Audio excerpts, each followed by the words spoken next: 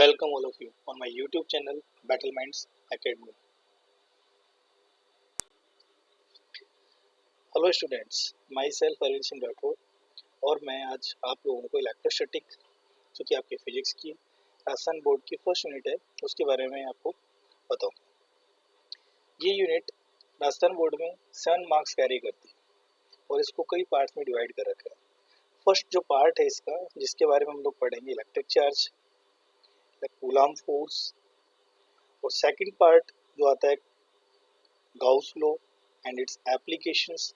Third part इसका जो आता है electric potential and fourth part जो इसका आता है इलेक्ट्रिक कैपेसिटर। तो सबसे पहले हम लोग इलेक्ट्रोस्टैटिक के बारे में जानते हैं। इलेक्ट्रोस्टैटिक फिजिक्स की वो ब्रांच है जिसमें किसी एक रेस्ट चार्ज के कारण जो इफेक्ट जनरेट होते हैं जैसे electric force, electric potential, electric field, उन सब के बारे में पढ़ा जाता है। इस ब्रांच का हमारे डेली लाइफ में बहुत यूज भी है, जैसे फोटोस्टेट मशीन, सिस्मोग्राफी और one day graph generator. Students, अब हम थोड़ा हिस्ट्री में जाते हैं। इलेक्ट्रोस्टैटिक सबसे पहले इसके एग्जाम्पल को ग्रीस में थेल्स ने ऑब्जर्व किया। उसने देखा कि अंबर जो कि एक मटेरियल होता है, रेजिन मटेरियल होता है, इसको किसी कपड़े पे जब रगड़ा तो इसमें कुछ अट्रैक्शन प्रॉपर्टी देखी गई। ये कुछ छोटे छोटे कागज के टुकड़ों को अट्रैक्ट करने लग गया। इस अंबर को और इन मटेरियल्स को बाद में चार्ज बॉडी कहा गया।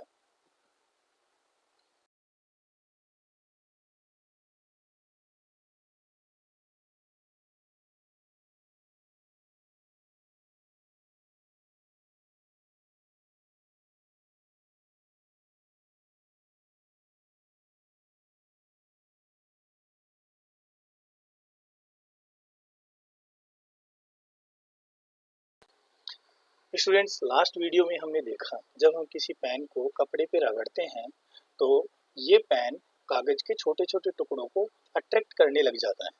अब क्वेश्चन ये उठता है कि ये पेन अट्रैक्ट इन छोटे छोटे कागज के टुकड़ों को कैसे करने लग गया। और हमने इससे पहले ही ये पढ़ लिया कि जब हम लोग किसी एक ऑब्जेक्ट को किसी एक दूसरे ऑब्जेक्ट पे रब करते हैं तो वो ऑब्जेक्ट चार्ज बॉडी में कन्वर्ट हो जाते हैं। अब क्वेश्चन अगला ये है, ये व्हाट इज इलेक्ट्रिक चार्ज। इसको समझने के लिए हमें थोड़ा सा 11th में हमने जो मास के बारे में पढ़ा है उसको इससे रिलेट करना होगा। हमने 11th क्लास में पढ़ा कि जो मास होता है वो एक बेसिक प्रॉपर्टी होती है किसी एक मैटर की। इसको खुद डिफाइन करना बहुत मुश्किल होता है, बट हर एक मैटर और सब्सटेंस इसी से मिलकर बना होता है। सिमिलरली इलेक्ट्रिक और इलेक्ट्रिसिटी, इलेक्ट्रोस्टैटिक, इलेक्ट्रोमैग्नेटिक में वही मास वाला काम यहाँ इलेक्ट्रिक चार्ज करता है। इलेक्ट्रिक चार्ज ही वो एक बेसिक प्रॉपर्टी होती है किसी सब्सटेंस की जिसके कारण ये ऑब्जेक्ट दूसरी ऑब्जेक्ट्स को अपनी ओर अट्रैक्ट और आगे हम लोग जानेंगे रिपेल भी कर सकते हैं। तो अब अगर डिफाइन करना चाहें किसी एक चार्ज को तो चार्ज एक इंट्रिंसिक प्रॉपर्टी होती है किसी भी ऑब्जेक्ट और सब्सटेंस की जिसके कारण ये ऑब्जेक्ट और substance electric as well as magnetic field produce करता है और साथ ही साथ ये ऑब्जेक्ट दूसरे इलेक्ट्रिक और मैग्नेटिक फील्ड को एक्सपीरियंस भी करता है। स्टूडेंट्स, अब हम जानते हैं टाइप्स ऑफ चार्जेस के बारे में। हम पहले ही पढ़ चुके हैं कि जब हम लोग किसी एक ऑब्जेक्ट को किसी एक दूसरे ऑब्जेक्ट पे रब करते हैं, रगड़ते हैं, तो दोनों ऑब्जेक्ट चार्ज हो जाते हैं। हम एक ग्लास रोड को एक सिल्क के कपड़े पर रब करते हैं और इसी तरह से एक वूल पर प्लास्टिक की रोड को रब करते हैं। रब करने पर हम इन दोनों रोड्स को एक सिल्क थ्रेड पर अलग अलग सेपरेटली लटका देते हैं और ऑब्जर्व करते हैं कि जब एक लटकी हुई प्लास्टिक रोड के पास दूसरी प्लास्टिक रोड लेकर जाते हैं तो दोनों रोड एक दूसरे से रिपेल होती हैं। इसी ऑब्जर्वेशन में और एक्सपेरिमेंट में अगर हम बिना रब करी हुई दो प्लास्टिक रोड को एक दूसरे के पास लेकर आते हैं तो दोनों पर कोई इफेक्ट देखने को नहीं मिलता है। इसी तरह जब हम किसी एक ग्लास रोड को दूसरी रब की हुई ग्लास रोड के पास लेकर जाते हैं तो दोनों एक दूसरे को रिपेल करती हैं। इसी तरह एक ग्लास रोड के पास दूसरी प्लास्टिक रोड जब लेकर जाते हैं तो दोनों एक दूसरे को अट्रैक्ट करती हैं। बेंजामिन फ्रैंकलिन ने इन सब ऑब्जर्वेशन के बाद कंक्लूजन निकाला कि जब ग्लास रोड को सिल्क के कपड़े के ऊपर रब किया जाता है तो ग्लास रोड पर एक चार्ज जो कि उसने प्रपोज किया पॉजिटिव चार्ज आता है। इसी तरह प्लास्टिक को जब वूल पर रगड़ा जाता है या एबोनाइट की रोड को वूल पर रगड़ा जाता है तो एबोनाइट पर एक चार्ज जिसको उसने कहा नेगेटिव चार्ज आ जाता है। इन सब एक्सपेरिमेंट के कंक्लूजन में हमें पता लगा कि जब सेम चार्जेज जैसे प्लास्टिक रोड के पास दूसरी प्लास्टिक रोड लाते हैं तो वो एक दूसरे को रिपेल करती हैं। इसी तरह अनलाइक चार्जेस जैसे किसी एक प्लास्टिक रोड के पास दूसरी एबोनाइट या ग्लास रोड को लेकर आया जाता है तो दोनों एक दूसरे को अट्रैक्ट करती हैं। यही हमारा इलेक्ट्रोस्टैटिक का लॉ भी है। Unlike charges repel each other and like charges attract each other.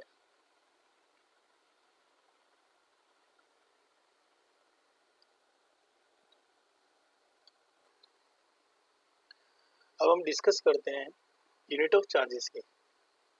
Charge जो है एक फंडामेंटल यूनिट नहीं है। करंट, इलेक्ट्रिक करंट आपकी एक फंडामेंटल यूनिट होती है। चार्ज उस पर डिपेंड करता है। चार्ज की जो ऐसा यूनिट होती है वो कूलम होती है और एक कूलम एम्पियर सेकंड के बराबर होता है। इसी तरह चार्ज की सीजीएस यूनिट फ्रैंकलिन और स्टेट कूलम होती है। चार्ज की सबसे बड़ी unit, largest unit of charge Faraday और सबसे छोटी unit, smallest unit of charge ईएसयू होती है। इसी तरह एक कूलम के बराबर 3 × 10⁹ ईएसयू या फिर 3 × 10⁹ फ्रैंकलिन होता है। 1 फैराडे 96,500 कूलम के बराबर होता है। चार्ज की dimension m0, l0, t1, a1 होती है। सबसे कम चार्ज इलेक्ट्रॉन पे माना जाता है और एक इलेक्ट्रॉन पे जो चार्ज होता है 1.6 × 10⁻19 कूलम। इलेक्ट्रॉन पे चार्ज नेगेटिवली कंसिडर किया जाता है। इसी तरह प्रोटॉन पे जो चार्ज होता है वो इलेक्ट्रॉन के चार्ज के इक्वल, मतलब मैग्नीट्यूड में प्रोटॉन पे चार्ज इलेक्ट्रॉन के चार्ज के इक्वल होता है और इसकी भी वैल्यू 1.6 × 10⁻19 कूलम होती है। बट इस पर चार्ज का नेचर हमेशा पॉजिटिव होता है, न्यूट्रॉन हमेशा न्यूट्रल होता है। अब हम लोग इसमें आगे इलेक्ट्रॉन थ्योरी ऑफ चार्जेस पढ़ेंगे। किसी भी एक सब्सटेंस की अगर बात की जाए तो वो एटम से बना होता है और एटम के अंदर इलेक्ट्रॉन ऑर्बिट में चारों ओर चक्कर लगाते रहते हैं। एटम के सेंटर में न्यूक्लियस होता है जिसमें प्रोटॉन और न्यूट्रॉन एग्जिस्ट करते हैं। प्रोटॉन और न्यूट्रॉन दोनों मिलकर न्यूक्लियस मास बनाते हैं। प्रोटॉन पॉजिटिव चार्ज का होता है, इसलिए न्यूक्लियस हमेशा पॉजिटिव चार्ज का होता है। इलेक्ट्रॉन नेगेटिव चार्ज होता है और जो कि ऑर्बिट के अंदर घूमते रहते हैं। इलेक्ट्रॉन और प्रोटॉन मैग्नीट्यूड में किसी एक एटम में इक्वल क्वांटिटी में होते हैं और इनके नंबर दोनों इक्वल क्वांटिटी में होते हैं। इसका मतलब एक एटम हमेशा न्यूट्रल होता है और एटम से ही कोई सब्सटेंस या मैटर बनता है। जब तक कि किसी सब्सटेंस को कोई एनर्जी फ्रिक्शन की फॉर्म में या थर्मल या सोलर और अदर वे के फॉर्म में नहीं दी जाए, तब तक एक सब्सटेंस और मैटर हमेशा न्यूट्रल फॉर्म में एग्जिस्ट करता है। पहले हम पढ़ चुके हैं कि अगर किसी ऑब्जेक्ट को रब किया जाए तो रब करने से हीट जनरेट होती है और हीट एनर्जी की फॉर्म में सब्सटेंस लेता है, जिससे जो इलेक्ट्रॉन ऑर्बिट में रोटेट कर रहा है उसकी एनर्जी भी बढ़ जाती है और एक इलेक्ट्रॉन जो है वो आपका उस ऑर्बिट के अंदर तब तक ही रह सकता है जब तक कि उसकी एनर्जी उस ऑर्बिट के एनर्जी लेवल के इक्वल हो। अगर इलेक्ट्रॉन की एनर्जी उस एटम के ऑर्बिट के एनर्जी लेवल से ज़्यादा हो जाए तो इलेक्ट्रॉन उस ऑर्बिट को छोड़कर हायर एनर्जी लेवल और हायर ऑर्बिट में मूव कर जाता है। अगर इलेक्ट्रॉन को रिसीव एनर्जी इतनी हो कि वो orbit as well as atom को छोड़कर बाहर निकल जाए तो उस एटम में एक इलेक्ट्रॉन की डेफिशिएंसी हो जाती है। इसका मतलब नंबर ऑफ प्रोटॉन उस एटम के अंदर नंबर ऑफ इलेक्ट्रॉन से ज़्यादा होते हैं, जिसके कारण पॉजिटिव चार्ज की वैल्यू उस एटम में ज़्यादा हो जाती है। इसका मतलब इलेक्ट्रॉन के निकलने से एटम पॉजिटिव चार्ज में कन्वर्ट हो जाता है। इसी एटम को हम होल या सिंपली एक पॉजिटिव चार्ज कहते हैं। अभी तक हमें समझ में आया कि इलेक्ट्रॉन ही वो रीजन है जिसके कारण कोई बॉडी पॉजिटिवली चार्ज होती है। हमें ये भी पता है कि इलेक्ट्रॉन में मास भी होता है। हाँ, इसकी मैग्नीट्यूड की वैल्यू बहुत कम होती है। इसकी वैल्यू 9.1 इंटू 10⁻³ kg होती है। इसी तरह प्रोटॉन का मास 1.626 इंटू 10⁻27 kg होता है।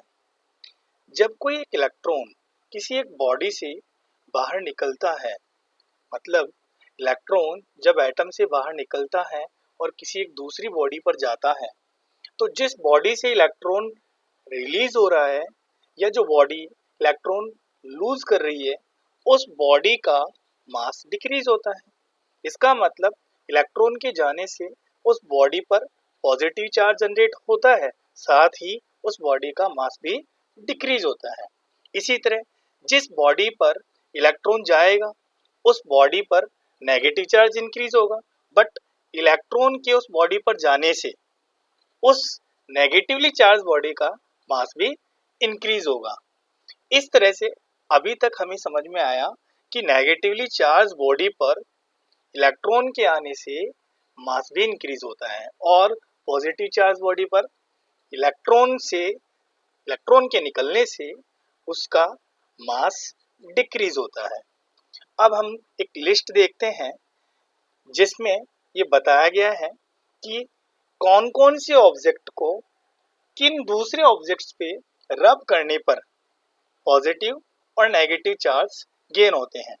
जैसे जब किसी एक ग्लास रोड को सिल्क पे रगड़ा जाए तो ग्लास रोड पॉजिटिव चार्ज होगी और सिल्क पर नेगेटिव चार्ज होगा। इसका मतलब ग्लास रोड से इलेक्ट्रॉन निकलेंगे और सिल्क पर जाएंगे। ग्लास रोड का मास डिक्रीज होगा, सिल्क का इंक्रीज होगा। इसी तरह फर या फिर कैट स्किन पर प्लास्टिक और एबोनाइट रोड को जब रब किया जाएगा तो फर और कैट स्किन पर पॉजिटिव चार्ज और प्लास्टिक और एबोनाइट रोड पर नेगेटिव चार्ज आएगा। फर से इलेक्ट्रॉन निकलकर प्लास्टिक और एबोनाइट रोड पर आएंगे। इसका मतलब कैट स्किन और फर का मास डिक्रीज और प्लास्टिक और एबोनाइट रोड का मास इंक्रीज होगा।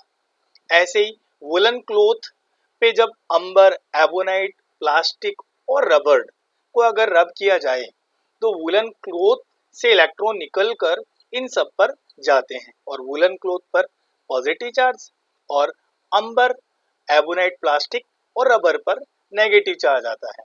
वुलन क्लोथ का मास डिक्रीज होता है और अंबर, एबोनाइट, प्लास्टिक और रबर का मास इंक्रीज होता है।